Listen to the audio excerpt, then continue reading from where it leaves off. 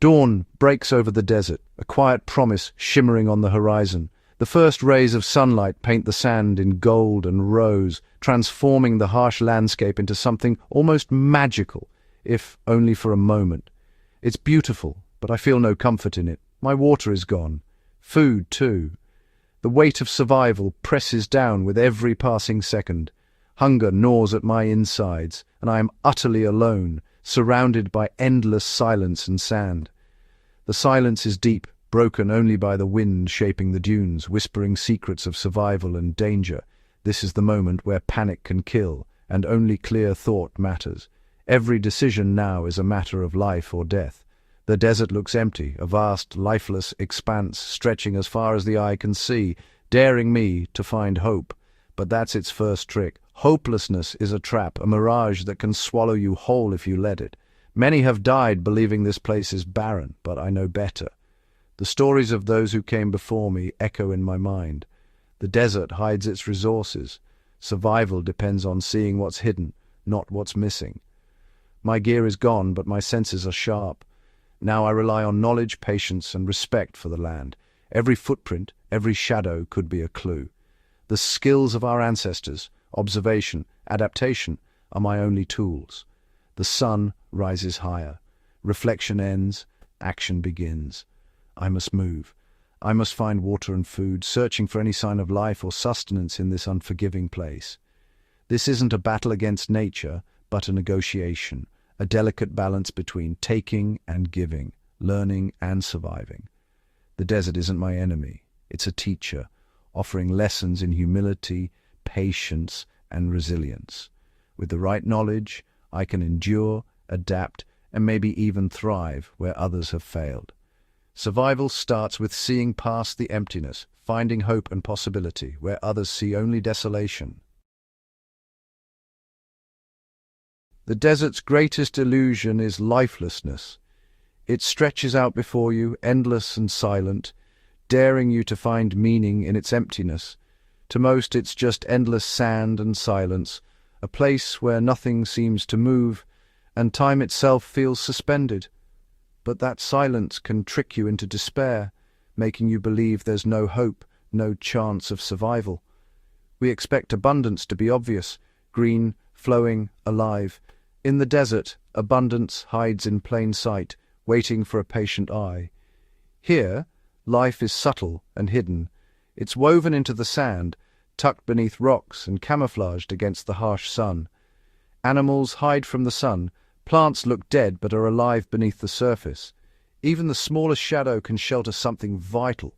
To survive, you must slow down and look closer, read the tracks, spot the tiny flowers, notice the faint green at a cactus's base. Every detail is a potential lifeline. Believing the desert is empty is deadly. It blinds you to the resources that are right in front of you, hidden in plain sight. It leads to mistakes, walking past food, ignoring water clues, missing the subtle hints that could mean the difference between life and death. The first step is to believe resources exist, even when you can't see them. Trust that the desert holds more than it reveals at first glance. True sight in the desert is knowledge, not just vision. Understanding the land is as important as seeing it. When you know what to look for, the landscape transforms. The desert becomes a map of opportunity, not just a sea of sand. A patch of green, a line of birds, a change in soil color. Each is a clue. Even a faint scent on the wind can guide you. The desert is a puzzle, and every detail matters. Each piece, no matter how small, can be the key to survival. Learn to interpret these signs, and the wasteland becomes a landscape of possibility. The more you know, the more the desert reveals. Survival is about engagement, not resignation. It's about curiosity, observation, and the will to adapt. The desert rewards those who look deeper, who refuse to accept the surface as the whole story. What seems barren is often full of life if you know how and where to look. In survival, your mind is your most powerful tool. Physical gear can be lost, but knowledge is always with you. It lets you see resources where others see threats.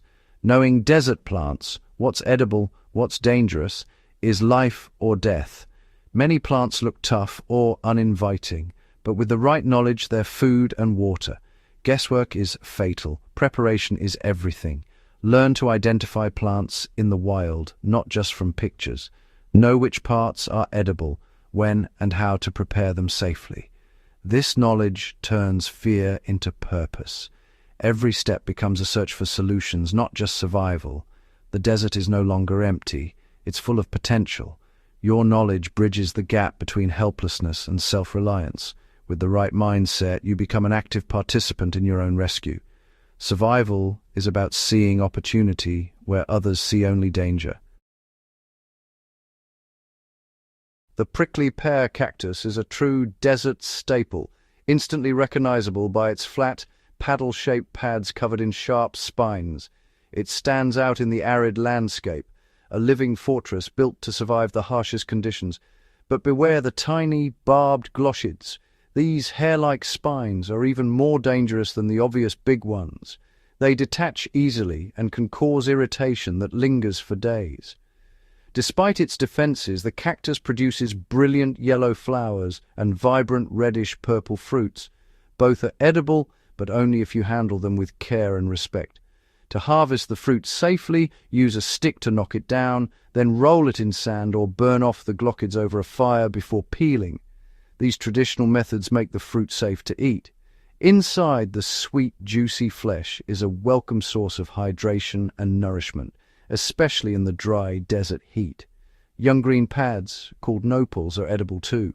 Scrape off every spine, slice them up, and roast or grill for a nutritious meal packed with vitamins and moisture. The prickly pear may look hostile at first glance, but with the right knowledge, it becomes a vital source of both food and water in the desert.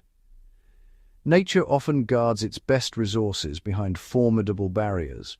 Learning to access them is a key survival skill passed down through generations. This cactus stands as a symbol of resilience, sustenance and life hidden behind a wall of defenses, thriving where little else can. Approach with patience and respect, and the prickly pear will reward you with its bounty. The desert's generosity is often cleverly disguised, waiting for those who know where and how to look. Survival means looking past the obvious threats and seeing the hidden opportunities that nature provides. The prickly pear is living proof that even the harshest places can offer the most valuable rewards to those who are prepared. The mesquite tree is a survivor's treasure. Its feathery leaves and thorny branches hide clusters of bean-like pods. As they dry, these pods become a vital food source. Don't eat them whole. Grind the pods into a sweet, protein-rich flour. Mix with water for a nutritious paste or cake, raw or cooked. Indigenous peoples relied on mesquite as a staple, storing pods for lean times. The tree's wood burns hot for fire, and its sap can be used as glue. A healthy mesquite often signals water deep below. This single plant offers food, fuel, and survival clues. In the desert, the unassuming mesquite is a true breadbasket. The agave, with its spiny rosette, is iconic and tricky. Its heart stores energy for years, but harvesting it is tough and slow. Before flowering, cut the central stalk to collect sweet agramil, drinkable sap.